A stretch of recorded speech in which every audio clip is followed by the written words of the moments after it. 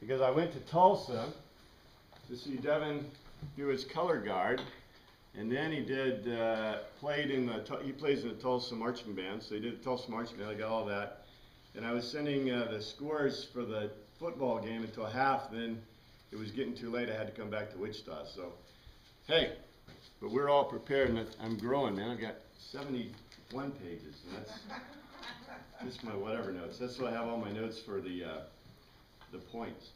But in any case, if you hear the airplanes flying around, I got checked out in the T6. So I was flying the T6 last week, and I know the guys from the AT6 are flying this weekend, but hopefully I'll be flying more. So, you know, I'm being paid to fly. This is really an awesome thing.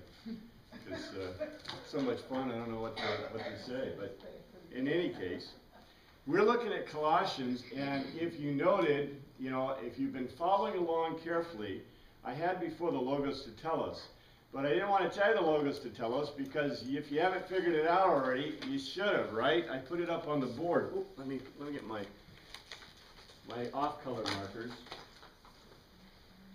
That's kind of funny, off-color markers. My other color markers.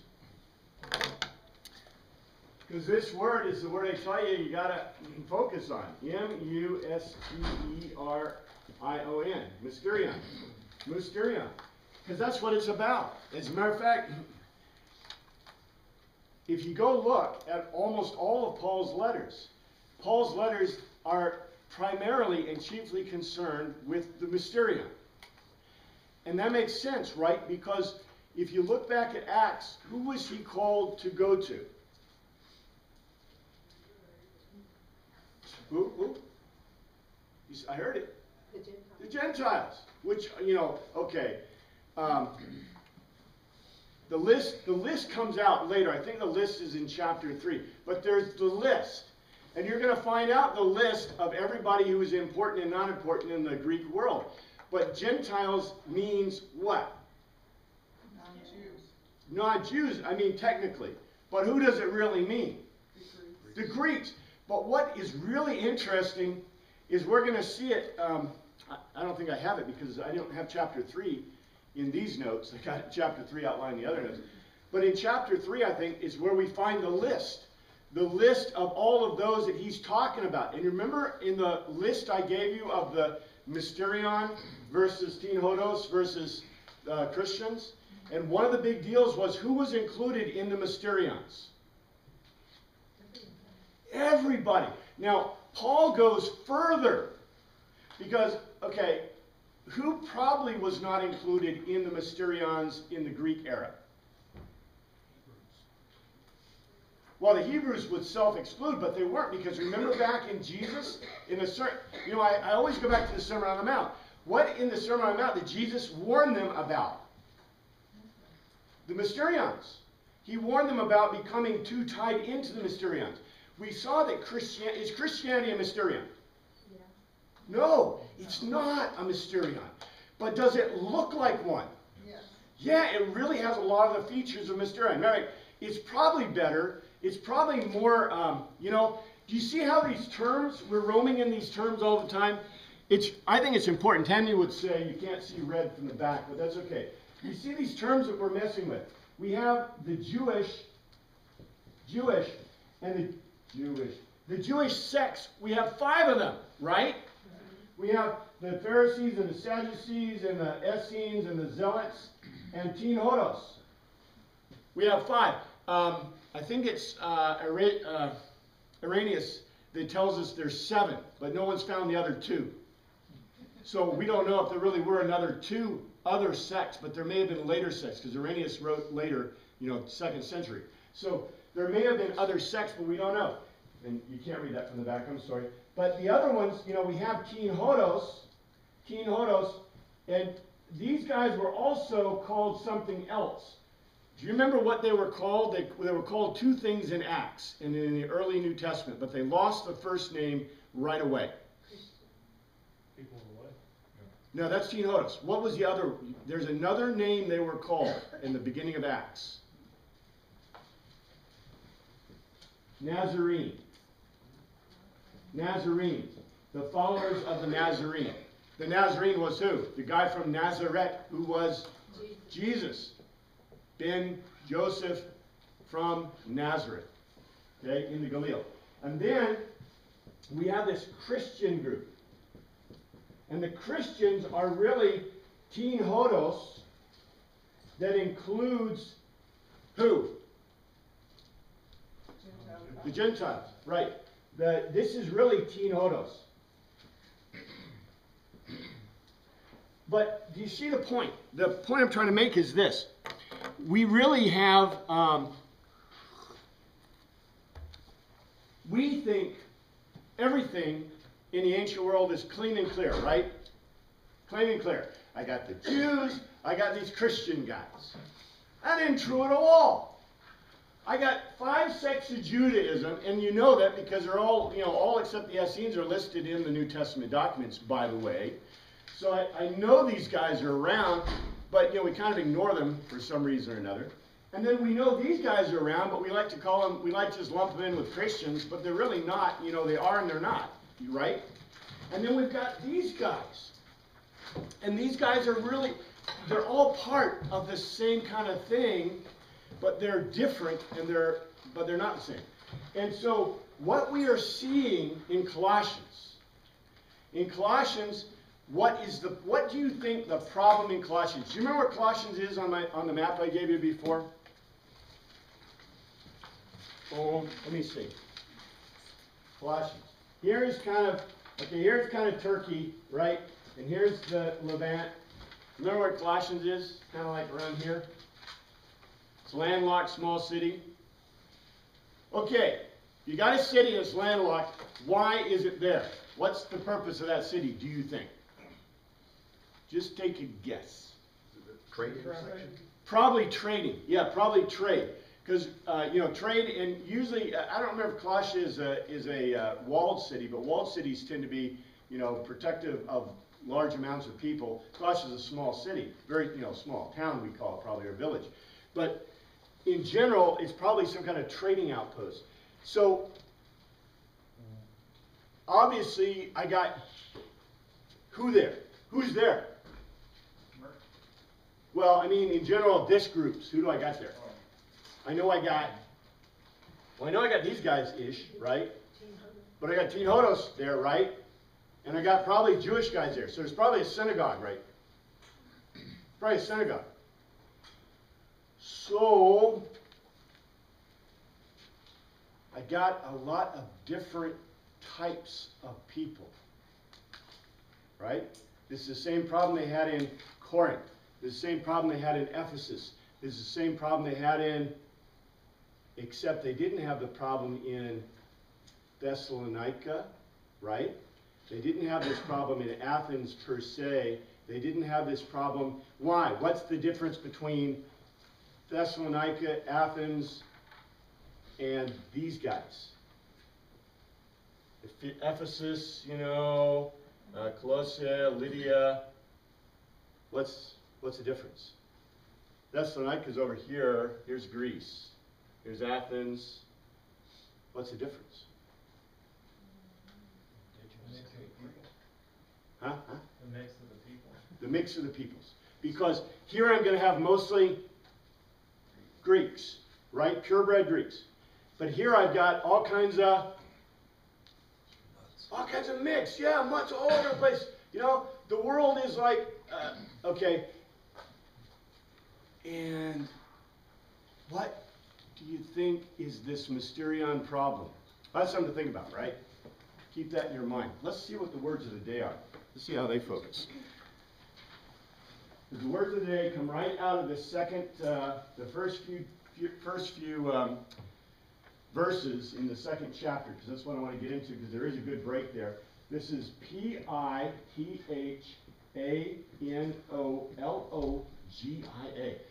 You can almost guess this one. Pithanologia. Pithano comes from pistis. Pistis comes from patheo. Patheo. What's pistis mean? To be convinced. That's the word we translate faith and believe. The most important word in the New Testament. To be convinced of a what? Of a logos. Pithanologia. What's logia? Logos. This is to be convinced of a logia. To be convinced. Now, pistis by itself means to be convinced of a logical argument. So why would I have this compound word? Because this compound word has a little bit more meaning from that. It specifically means, when you throw it together, persuasive language. Now, unfortunately, this is translated as enticing words. Does anyone feel enticing words in this? No. This means to be convinced of a logical argument. This is the specific word in Greek that means that. When I say pisteo, it means you are convinced of a logical argument. When I say faith and belief in English, we don't get the same point. But in Greek, faith, pisteo, or pistis, and belief, pisteo, mean to be convinced.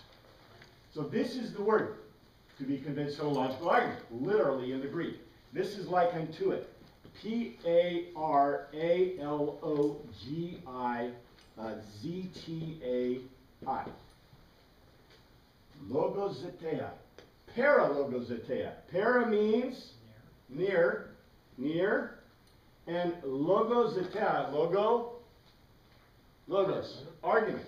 Near argument. Okay, you want to guess what near argument is?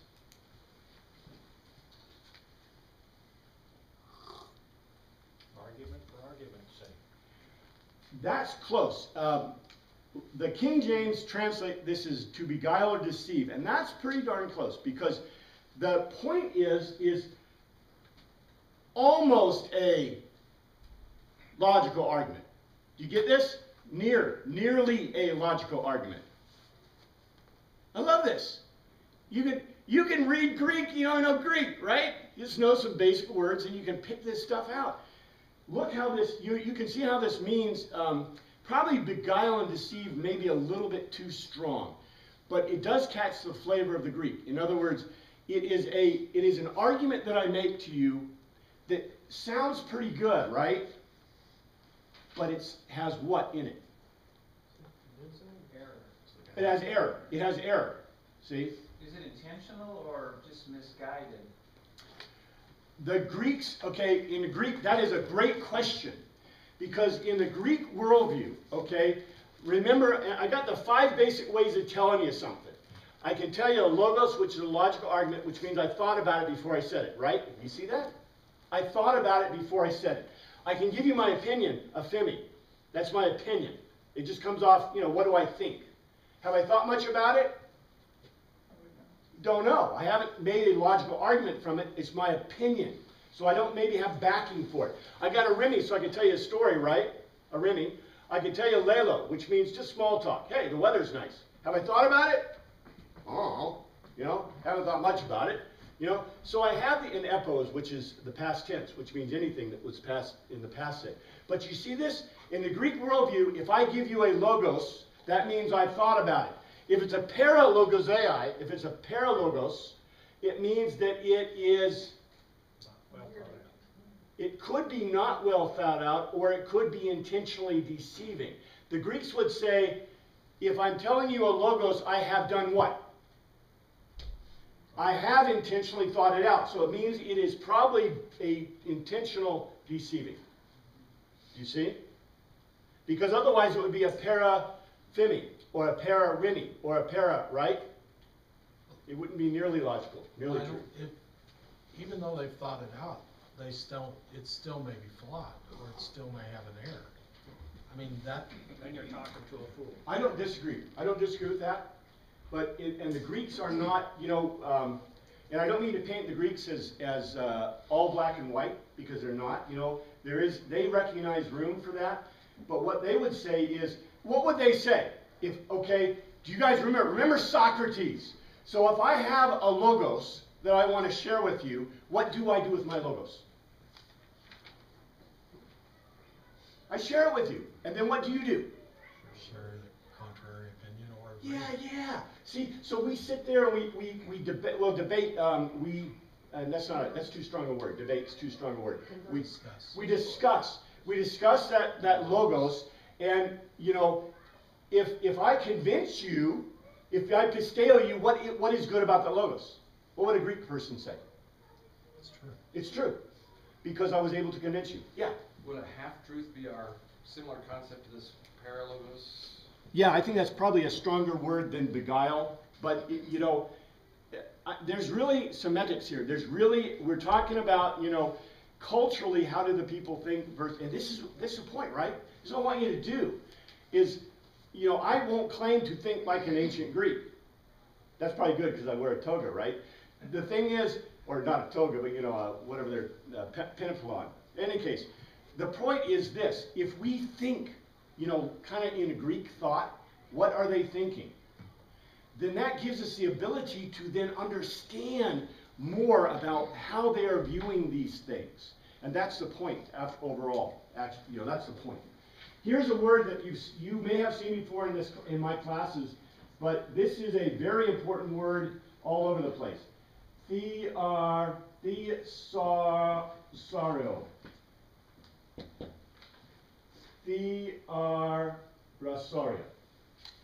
Thesaurus. A treasure is what it's translated as.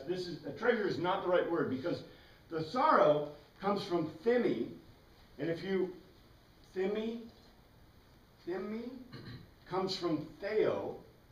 Literally, it means to put yourself on the floor, to basically subjugate yourself. So what kind of treasure would this be?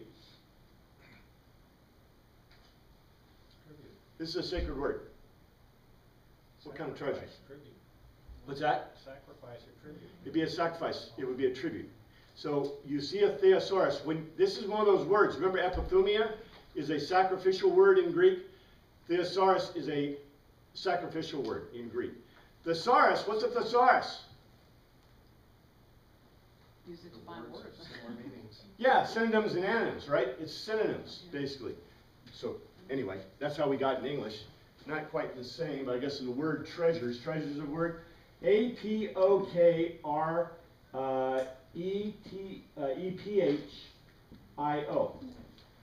Apokryphi. And actually, let's see what I did. Apokryphos. Literally, well, apo, away, and krypto, to conceal away. If I were going to say that something is a secret in Greek, what would I say? Apokryphos. I would not say Musterion. A Musterion does not mean a secret. This means a secret. This means something concealed away, intentionally, in Greek. Cryptology? Huh? Is that where cryptology comes from? Could be cryptology, yeah. Cryptic, probably comes from there. What's the word? Apocalypse. Apocalypto. Apocalypse means to cover. Cover something over. Apo, cover away. Books of the Apocrypha. Yeah, apocrypha, secret. Apocrypha means secret or hidden. Yeah. This is a word I would use if I mean secret, and it's most properly translated secret. This is Paul's favorite word. You cannot find any of his letters that do not have this word in it. This is one of the most important words in Paulian thought. Para, K-L-E-T-H. Okay, this is, remember I told you that I would not teach you the declensions in Greek? Parathesian, but parakleo. Parakleo. Parakleo means near call, near calling. Because ecclesia is the same basis. Near calling, near call. Okay, this is that word in Greek that means that when your mom or dad calls you, they're calling you to either do what? Swat your rear, or love you, or hold you. It is a very important word in Greek because it means parental. It's a kind of, it is a Greek perfection of parental love. Okay, in the Greek perfection of parental love, the parent is ready to do what? Love and punish. Which is probably a great idea for all parents, right? ready to love and punish. So I'm sorry, son, I love you, but I'm going to swat you. That is what parakleo is all about. And this word is really grossly mistranslated, in my opinion, to just call it comforter. Because, well, it's translated, let's see, do I have it here? Oh, yeah. In the King James, it's translated to beseech, call for, comfort, desire, exhort, entreat, pray. Take your pick. That's for this form of parakleo. Parakleo also can be translated to punish, well, it is exhort there. Anyway. In this one, finally, I should do this in red, but I'll do it in blue. C-A-R-D-I-A. With an extra I, because that's the form cardia. Want to take a guess? Yeah, heart. We get the word cardia from it, but in the Greek worldview, okay. All right. Does anyone in this time believe that the heart beats blood through the body? No. No. They have no idea. They have no clue. They don't have an inkling of a clue. That was not discovered, or the idea was there, but that was not discovered until I think the 1400s.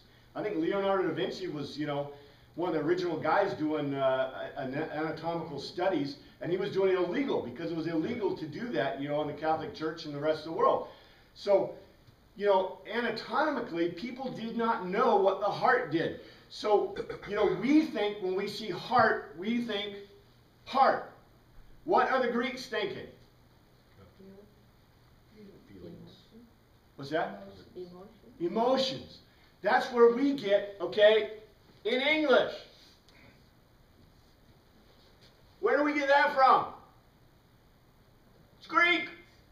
Where do the Hebrews think it was? Okay, what would be the Hebrew sign for love? Like this. Be this. Why? It's intestines. I don't know why they got this idea, but remember Paul. He talks about his bowels, right? His bowels, because in Hebraic thought, your bowels were the seat of your emotions. Guess you're thinking with your stomach. I don't know. But in Greek worldview, so I guess when you fell in love, your stomach would growl, okay? But or something. I mean, you can get whatever you want from there. In Greek thought, your heart would beat faster, right?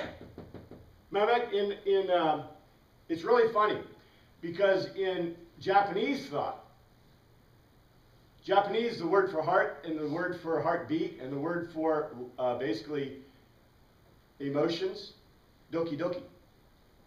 Doki doki, heartbeat. Doki doki, doki doki. They're a very euphemistic culture, though. Good thing they didn't pick the intestines, I guess. In any case, this is really important to know because whenever you see heart, what is it talking about?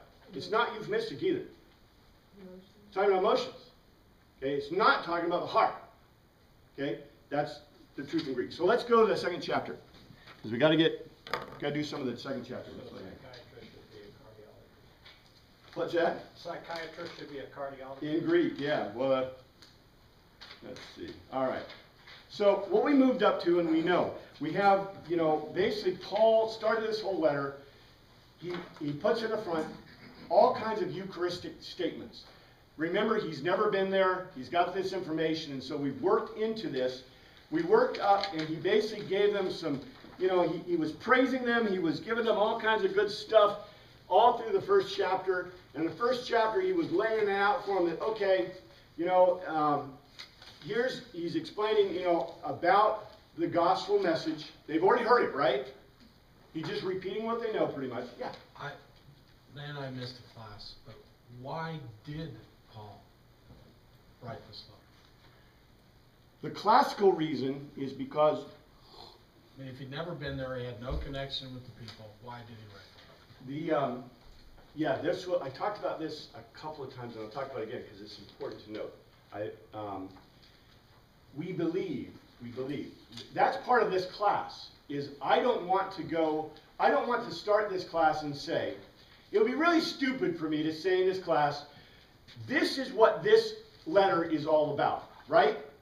Because what we really need to do is we need to look at the Greek, we need to look and see what it is about. Because if we read it in English, we get a tenor of it. That's why I say read it in English, see what it sounds like.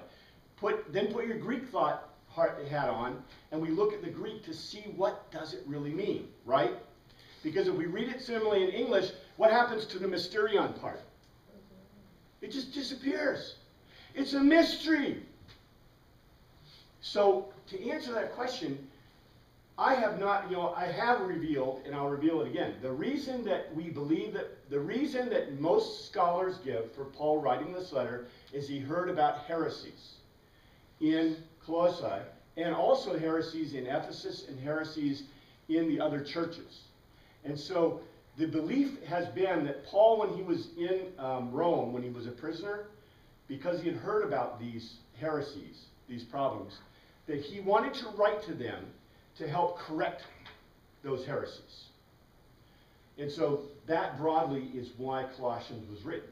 The point is that I'm not so certain that's exactly true. As a matter of fact, all the beginning, what Paul brings up is he brings up to them basic gospel stuff. And he says, you believe this, you know this. He's saying that from the reports I got from whoever that guy was, the other deacon, the other guy that was a worker with Paul that had been to Colossae, he's basically repeating back to them. Kind of like, if we're in a discussion and you're saying, well, this is what I heard you say. That's kind of what he's doing, right? And then all of a sudden, he builds up to this point, and he's really talking about, how the hope and the faith in everything can be kept if you do what? What did he say you have to do to keep that? Keep your eyes on Christ. Because Christ is the meaning of the gospel. And remember, he went through the whole thing. I gave it to you. What was the whole point of all the message? Staros, the stake, the cross. We say cross, but it's the execution stake. So he says, basically, if you want to say, what does he basically say all the way up to that? He says, keep your eyes on Christ. And then he says, and here's how you do it. And remember, what did he segue into? He said, here's how you do it. And then what was the first thing he mentioned?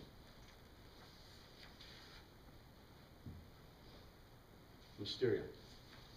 As a matter of fact, you gave me a perfect lead up, because this is what it says in 17. He says, he is before all things, and in him and all things hold together. And then it says, he is the Kephala. He is the one that stands ahead of and protects the body of the church, the ecclesia. This 18. He is the beginning, the arche, the high priest, the firstborn, prototokos. That literally means the firstborn, first begotten in creation. From among the necros, so that in everything he might have supremacy, be a first rank. It says 19, God was pleased, and that's oikodeo. That goes back to the Eucharistic point that Paul made before, to have his fullness crammed full in him. And then in 25, I have become its servant, diakonos, for the commission, the oikonomo, the rules of the household that God gave me to present to you the word, logos, of God in its fullness. So, if anything, he's saying, you've heard this, you know this, he's repeating this to them, he's telling them his authority is to, his point in authority is so that you will have this message in fullness. And then the next thing he says is this, in 26.